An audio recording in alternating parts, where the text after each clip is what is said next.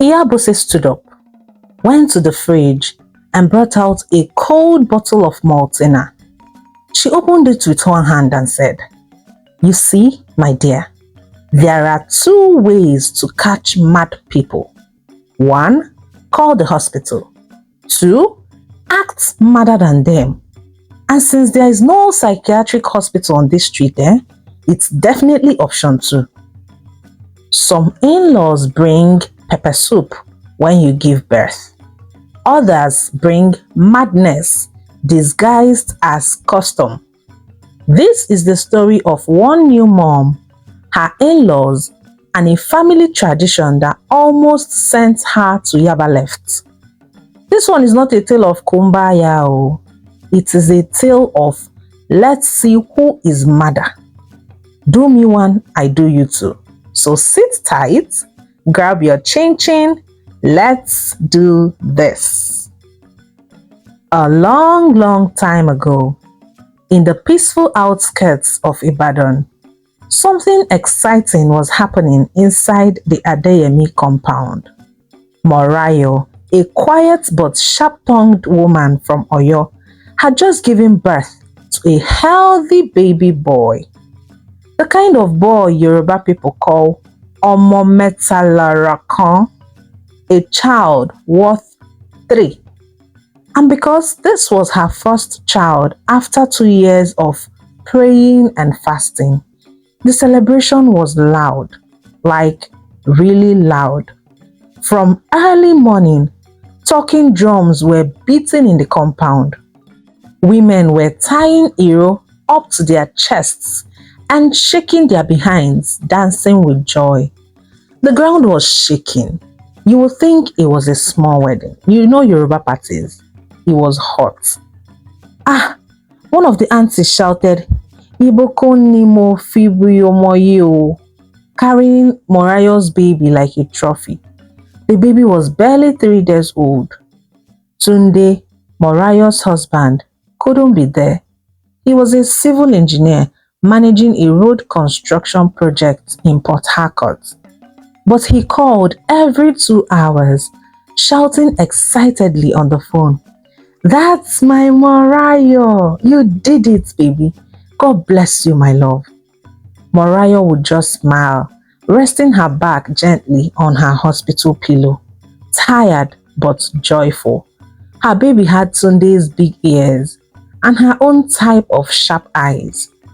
On the 3rd day, Morayo came home from the hospital, and the next day, they did a naming ceremony early in the morning.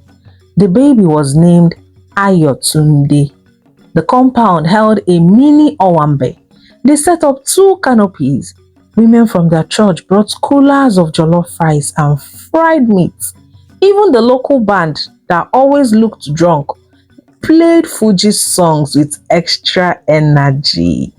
Morayo kept smiling with gratitude.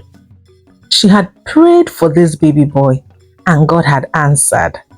There was steaming jollof, fried meat, pepper soup, small chops, name it. People ate and danced and even went home with extras. That evening, while Morayo was inside breastfeeding and relaxing, a black Toyota Sienna rolled quietly into the compound. The horn honked twice. The engine turned off. Morayo from inside her room heard it. "Who is that again?" she murmured. It was Mama Tunde, her mother-in-law. She was looking like the first lady of Yoruba land. Stepped out of the car wearing sky blue lace with shiny embroidery and a matching gele that looked like a satellite dish. But she wasn't alone, no. She had come with 3 remaining sons, Tunde's younger brothers, Sheyi, Deji, and Wali, all dressed in matching abada like groomsmen attending a burial. The compound went quiet for a second. Morayo came out, holding her baby tightly. "Mama, ekaabo ma. You didn't tell me you were coming, oh," she said with a surprised smile. Mama Tunde adjusted her glasses. Must I announce myself before I come to my own son's house? I heard my grandchild has landed. I had come to welcome him officially. Did I do a bad thing? Oh no, yes ma, ẹ káàbọ̀ ma, welcome ma, Morayo repeated, bending slightly. The boys nodded and smiled at her. Congratulations, sister-in-law, they said, while shining their too many brown teeth. Morayo greeted the boys weakly. Ẹ káàbọ̀ o, thank you for coming. Ẹ káàbọ̀, Deji grinned. Anything for our new mother, our sweet mother. Sheyi dropped his bag with style and said, Ah, sister-in-law, you try. Your pikin even resemble our family. That nose no lie at all. Mama Tunde beamed with pride. She stepped forward, blessed the child, and said a short prayer in Yoruba. And as she finished, everyone chorused, Ami. And then, after the crowd dispersed completely, Mama Tunde came into the room and asked to speak with Morayo privately. My daughter, she began, sitting at the edge of the couch. This child you brought into this house is a special one, a boy, our heir. Our lineage continues because of him. And now that we know you are fertile, it is time to share the blessing. Morayo chuckled softly, thinking it was one of Mama Tunde's usual dramatic talks, Mommy, share which blessing, kwa? But Mama Tunde's face did not smile. It was carved like stone. It is our family custom, she said calmly. Once a wife gives birth to a male child, it confirms that her womb is blessed.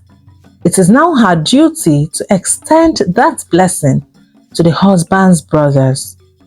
Morayo's eyes narrowed. I'm sorry, ma. I don't understand. Deji, one of the sons, came into the room and sat comfortably on the plastic chair near the bed. See, he said with a lazy grin, you don't need to stress. We will take care of you. As for me, I am very gentle. Morayo's mouth dropped in shock. Wait. Is this some kind of prank? Where is the camera, beg? Are you people okay at all? Mama Tunde sighed. Don't fight destiny, my dear. I knew from the beginning that you were the right one. A fertile wife brings blessing, not just to one son, but to all of them. This is the way of our ancestors, oh. God forbid, Morayo shouted. Me, sleep with your sons in this 2025, ma. Are you mad, ma? She tried to sit up, but the pain from her slight episiotomy pushed her down. You better rest, Mama Tunde warned. You heard me clearly. This is a sacred tradition. Even I did it. Yes, that is how Sheyi was born. You will accept it, whether you like it or not. I have seen stubborn wives like you, but all of them came around. Trust me. Over my dead body, Morayo spat. I am not your slave. I am your son's wife, for crying out loud. Sheyi licked his lips. It's not by force, sis, but you cannot escape it. Ha! Morayo looked around. All of them, Deji, Sheyi, Wale, sitting like spirits from a Nollywood horror film. She backed away slowly and then turned to Deji, who was still grinning like a fool. And you should be ashamed of yourself. You call yourself a man? Aren't you embarrassed? Ah, why will I be embarrassed? This is pure tradition now. I'm a traditional man, Deji replied, looking dumb. Mama Tunde stood up, adjusted her wrapper and said calmly, I will give you time to rest, but this discussion is not over. She walked out with her stupid sons behind her. But before closing the door, Deji leaned in with a smile. It's not much of a big deal. Just do it. Don't think too much. He then left and shut the door gently behind him. Morayo sat in silence. Her chest was rising and falling as she fumed. What kind of nonsense is this one now? Which mouth will I even use and tell Tunde about this? What is this one now? she lamented as tears gathered in her eyes. Her house had ceased to be the peaceful home she once knew. It had turned into a proper NYSC orientation camp because Mama Tunde and her sons had come to stay.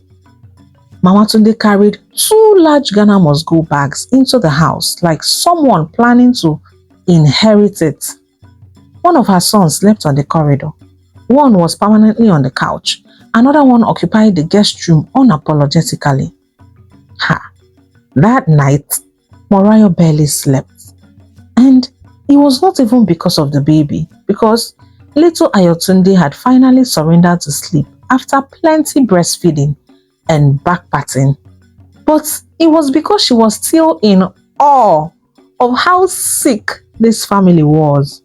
I'm telling you, she couldn't stop thinking about the barbarian acts her mother-in-law wanted her to engage in. She locked her door tightly that night, moved the baby's cot beside her bed, and knelt down to pray. And after that, somehow, her heart calmed down. She woke up the next morning with a different spirit. She wasn't scared anymore. She just knew that she had to put in some strategies in place. She had learned the hard way that in this family, shouting was a waste of time. It was a waste of volume. These people don't fear noise, they feared exposure. And now, she was going to give them a taste of their own poison, slowly, sweetly, and silently. She didn't tell Tunde a word. I mean, what was she supposed to say? Hello, baby. I hope your site work is going fine.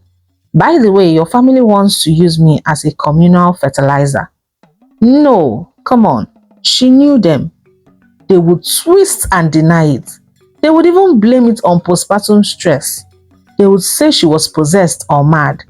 And if she pushed too hard, Tunde might even take sides with them, knowingly or unknowingly. Which doesn't matter because pain is pain, whether it's from the devil or is delivered by DHL.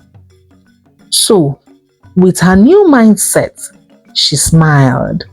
She cleaned the house happily, fed her child, and later that afternoon, she strolled with her baby tied securely on her back. On her way out, she passed in front of her mother-in-law, singing praise and worship in low tones like nothing was wrong at all. But her feet was carrying her straight to flat number 18, Iyabose's house. Now, Iyabose was not your average Yoruba woman. She was a retired headmistress. She had no husband and no children, but she had plenty sense. Her tongue, it was sharper than blade, and her eyes could catch lies from afar. She opened the door and saw Morayo with her baby. New mommy. Shebi, I said it. I said this child will have your eyes. Come in, Jare, come in. Morayo smiled and stepped in. 5 minutes later, after baby Ayotunde had fallen asleep on the mat, Morayo broke down the whole gist. She told her the whole story about the strange conversation with Mama Tunde and her stupid sons. By the time she finished, Iyabose was no longer smiling. Her jaw dropped as she exclaimed, Jesu egbami. These people are not just mad though. They are running a psychiatric relay race. Because what is this nonsense? Morayo sighed. Auntie, what do I do? If I shout, they will say I'm crazy. If I keep quiet, they will keep pushing. Iyabose rubbed her chin slowly, as if she was thinking. Then she stood up, went to the fridge, and brought out a cold bottle of Maltina. She opened it and handed it to Morayo like an official agreement. And then she said, You see, my dear, there are 2 ways to catch mad people. 1, call the hospital. 2, act more mad than them. And since there is no psychiatric hospital in this street, it's definitely option 2. Morayo blinked, confused. Ma? Yes, so. You want peace, Abi? Then you have to scatter small. You have to scatter small before they scatter you and your marriage. Oh. And that was the beginning of Morayo's strategy. She was ready. The first thing she did was to change her tone at home. She began greeting Mama Tunde with smiles and respect that almost looked suspicious. Ma, good morning, ma. Hope you slept well, oh. Ah, you are looking younger today. Mommy, is this a new wrapper? Wow, it's shining like Fendi. Ah, it entered my eyes. Mama Tunde narrowed her eyes and said, are you alright? Yes, ma. In fact, I've been thinking about what you said, Seth. You are wise, ma. You are very wise. Mama Tunde was a bit taken aback, but she smiled a little and said, that's my good girl. I'm glad you have gone back to your senses.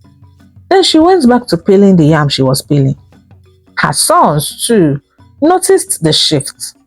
Morayo stopped frowning and hissing anytime they walked by. Instead, she smiled like a groundnut seller thanking her customer for tipping her. But what they didn't know was that behind that soft smile was timber and caliber warming up. That evening, as Deji was playing game in the parlor with Sheyi, Morayo came out in a beautiful red dress and leaned against the doorpost, looking deep in thought. Mama Tunde looked at her and asked, what's wrong, my dear? Morayo sighed deeply and said, I've been thinking, ma, maybe this your custom is truly spiritual. I mean, who am I? Maybe I should just stop resisting and open my heart to the process. Sheyi almost dropped the pad he was using to play game.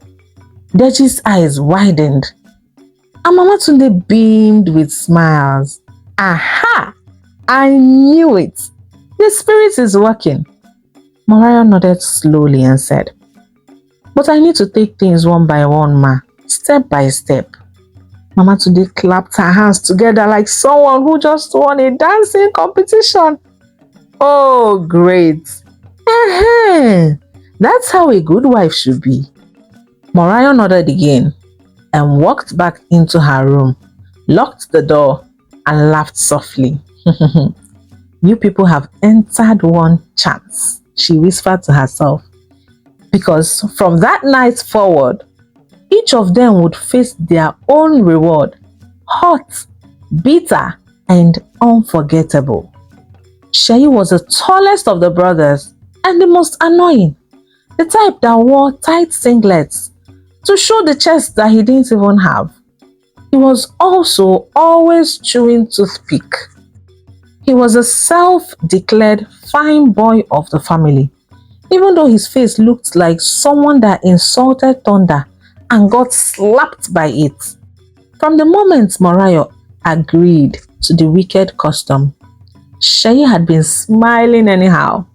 He started licking his lips like a man preparing to enter honeymoon suite. He even started spraying perfume before going to bed. One evening like that, Morayo announced casually during dinner, Sheyi, I think I'm ready. Let's talk. Tonight. Sheyi nearly choked on the fufu he was eating. He cleared his throat and gave her a wink that made his brother Deji cough out in disgust. No wahala now. Are you sure you're ready? Morayo smiled gently. Yes. Come around 11:30 p.m. when the baby is asleep. I don't want any distractions. Sheyi grinned like a goat that entered sugarcane farm. Confirm. That's what I'm talking about. What Sheyi did not know was that he was the distraction. And that night, trouble will meet trouble. At around 10:45 p.m., Morayo heard the bathroom tap running outside Sheyi's room. Sheyi was taking his bath and preparing himself for nonsense. She tiptoed to the room, opened his door gently, and reached for his pile of clothes on the chair. And there he was, his clean white boxers. With a calm and wicked face, she poured Cameroon and alligator pepper powder right inside the boxers. Then she folded it back like nothing happened and tiptoed back to her room and sat like an angel watching Netflix.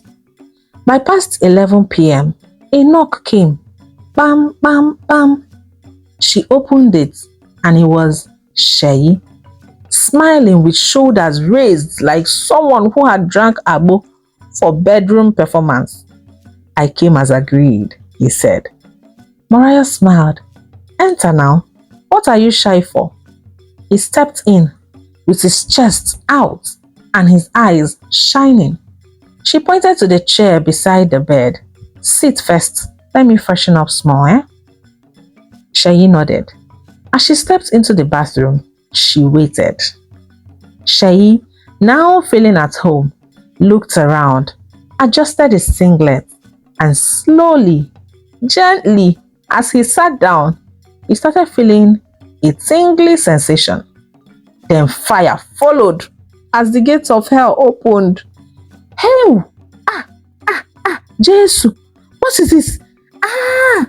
He jumped up, scratching and grabbing himself, hopping like an Ogene drummer. He dey burn. He's burning me, oh! Somebody pour water. Ha! Ha! Auntie Mariah, what did you do? Hey! Mariah ran out of the bathroom with towel on her chest. What happened? My joystick, oh! My joystick is on fire. Ha! My property is melting. Hey! Eh? But I only said you should sit down now. What else did you do? He was now rolling on the floor as tears kept rolling out.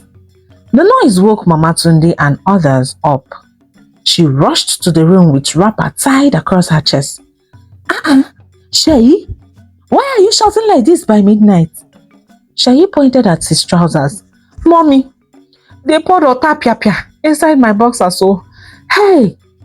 By now, Deji had joined them, laughing at his brother like a mad hyena. Ha! Sheyi, so you mean Pepe humbled you or something? Ah, hey! Deji said, laughing. Mariah stood there with a face so calm like evening breeze. You won't suspect her a bit. Mama Tunde squinted and asked, what's going on here? Mariah said, ha, Mommy, I didn't do anything, no. Maybe it's spiritual punishment from trying to touch what doesn't belong to you. Sheyi managed to crawl out, holding his crotch like fragile egg. He staggered to the kitchen, opened the fridge, and poured cold water on himself, screaming like a goat going for slaughter. That night, nobody slept except Mariah. She slept like Queen Esther on sabbatical leave. And as she rolled on her bed, her lips curved into a soft, satisfying smile. 1 down, 2 to go. After Sheyi's mysterious midnight meltdown, the compound went quiet. Too quiet even. Sheyi was walking around with an ice pack like a man that sat on a beehive. Nobody talked about it, but everybody suspected something. Except Deji. Deji was the second son, a self-proclaimed lover boy. He wore shades in the kitchen, always doing skincare and quoting Arya Star's lyrics like sermon. After Sheyi's disgrace, Deji believed he was smarter and can play the game better. That Sheyi is too forward, abeg. Me, I will use sense. I will have to enter her heart first, he bragged to Wale while applying lotion on his feet. So the next day, he started Operation Romance Mariah. He helped her carry stuff, complimented her dress even when she didn't dress up. And one morning, he washed her car. Mariah noticed his childish tricks, and instead of chasing him away, she smiled and said, "You've been so helpful, Deji. I will make a special peppered chicken stew just for you." His eyes lit up. Peppered chicken? Ah, that's my love language. How did you know? Great. It will be ready by 7 p.m. I will keep it in my room for you, she said. And he grinned like a goat invited to Ogufe party. What he didn't know was that pepper wasn't the only thing in that stew.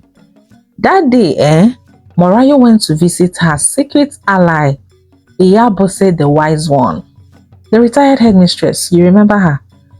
Iyabose, I need something that will reset intestines, Morayo told her. Iyabose opened her drawer like a herbalist in training and pulled out a small white powder. You see this one, just a teaspoon, and his nyash will not close in a long time. Trust me. Morayo laughed. Yes, perfect. That evening, she cooked the peppered chicken with joy and dropped 2 teaspoons of the blessed powder. 7 p.m. sharp, Deji arrived in his tightest jeans. He sprayed lots of perfumes before coming to meet Morayo, smelling like what I don't know. Morayo, fine girl. You look radiant tonight though. Oh, thank you, she said, dishing the rice like last supper. Eat plenty, Enjoy your special meal so you have strength to work. He sat down and devoured the plate like somebody on hunger strike. Jesus, this stew is fire. Who taught you how to cook like this? Thank you.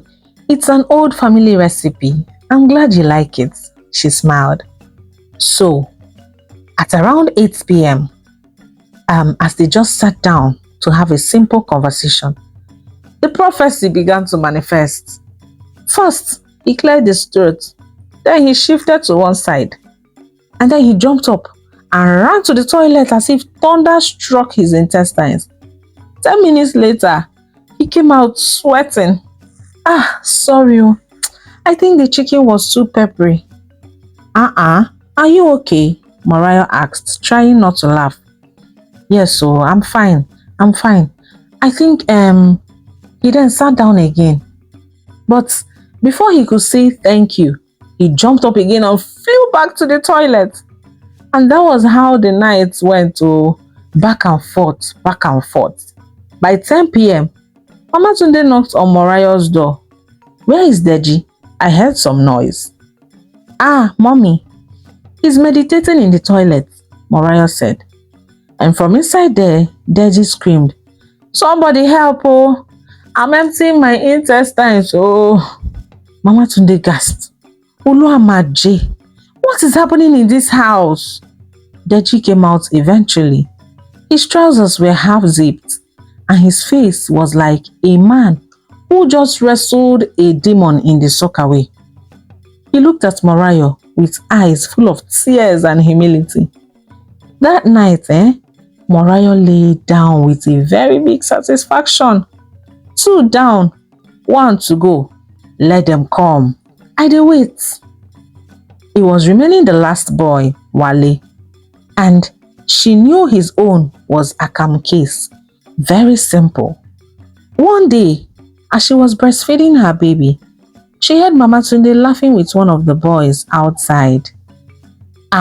Wale, you are the last born, oh. You better play your game right. Show her you are a man and not a baby. Stand firm. Shoba? That was when Morayo decided that it was time to put an end to all this nonsense. She made plans with her ally, Iyabose. They sat down and discussed very well about how everything was going to go down. So the plan began. They arranged with 2 respected elderly men from the street and brought them in on the plan.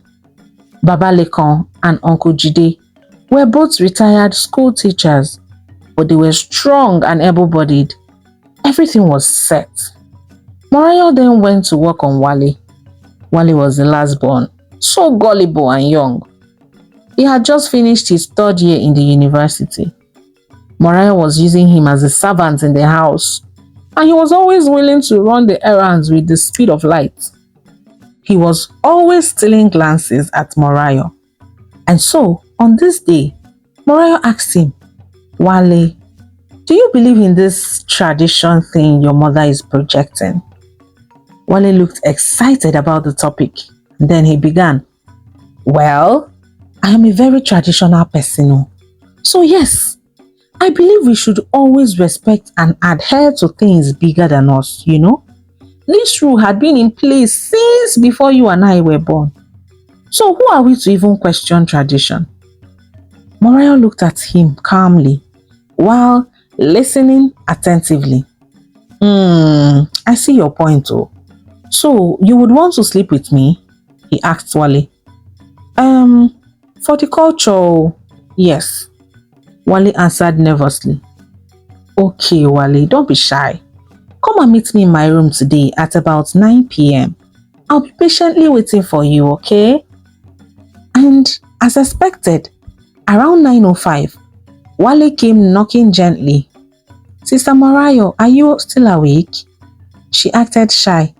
I can't even sleep, oh. I've been waiting for you. Me too. I've been thinking of you all day. Oh, you're coming now. He tiptoed inside like a rat sent on errand. The room was dark. The only light was the dim bulb from the corridor hallway.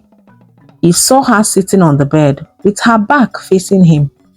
Then he said, Morayo, I've always liked you. From the first day I saw you at your wedding, I told myself, this one goes sweet past amala. Morayo was trying so hard to hide her disgust. Then come closer, Wale. I'm waiting for you here. So he foolishly drew closer and started removing his shirt, exposing his chest like a wrestler. Even unbuckled his belt, and then, bam, the lights came on.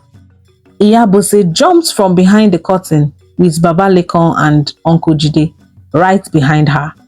Rapist! Shameless child! Shameless boy! My eyes have seen my ears. So you now want to sleep with your brother's wife, eh? In your own brother's house? Abomination! Wale froze, half naked, confused and terrified. Hey! Mama, it's not what you think, oh. It's not what you think, oh. She called me. She said, before he could even finish, twice, sir. Iyabose landed one hot, sweet slap on his face. Shut up, you animal. Do you think this is a movie? Why are you lying? We literally caught you red-handed here. Within minutes, neighbors started gathering around the window. What's going on here? They asked. Hey, come and hear, oh. Wale tried to force himself on Morayo. But he's her brother-in-law now. Exactly. We must report this to the police station. This is the height of madness and wickedness. And to even think their mother encouraged this evil. The neighbors murmured and cursed. They called the police and reported the case. And by the time they arrived, Mama Tunde was still trying to tie her wrapper properly. She was shaking. Wale was crying like someone who had just failed his final exams. The police didn't waste time. They bundled Wale, Mama Tunde and all their brothers straight to the police station. We'll settle this at the station. Oya, move! Morayo took a deep breath of relief.